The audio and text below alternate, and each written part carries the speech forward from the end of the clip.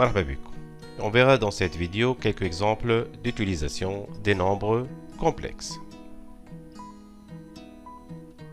comme la recherche d'ensemble de points, et commençons par l'ensemble E1 des points M d'un fixe Z pour lesquels le module de Z-2i est égal à 3, sachant que le module s'interprète par une distance, et en considérant le point A d'un fixe 2i, un point M appartient à l'ensemble E1 si et seulement si la distance AM est égale à 3.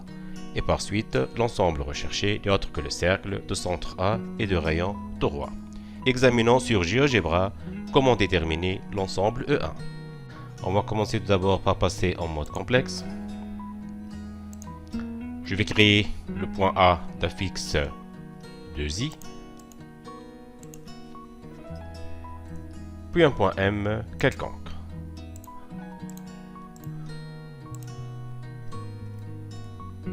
Et ensuite, on va créer le segment joignant le point A au point M qu'on appellera F. Et puis, il ne reste plus qu'à demander à GeoGebra pour faire tout le boulot en validant l'outil équation lieu.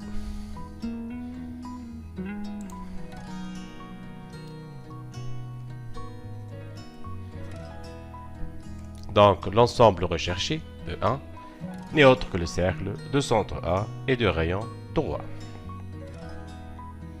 Considérons maintenant l'ensemble E2 des points M du plan d'un fixe Z pour lesquels le module de Z-2 est égal au module de Z plus I. Et introduisons les points A d'un fixe 2 et le point B d'un fixe moins I.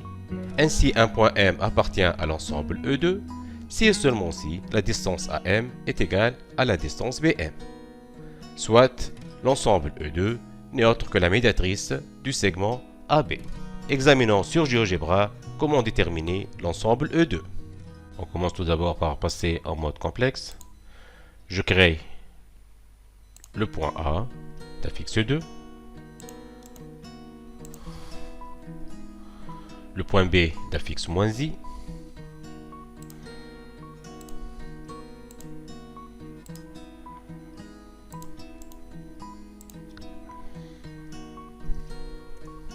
et puis un point M quelconque.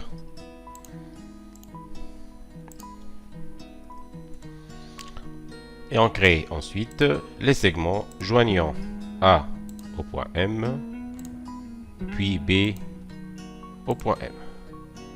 Il ne reste plus qu'à utiliser l'outil équation lieu pour déterminer l'ensemble recherché, à savoir la médiatrice du segment AB. نقف اليوم لهنا وفي الفيديو القادم نكملوا نشوفوا quelques exemples d'utilisation des nombres complexes. إلى اللقاء.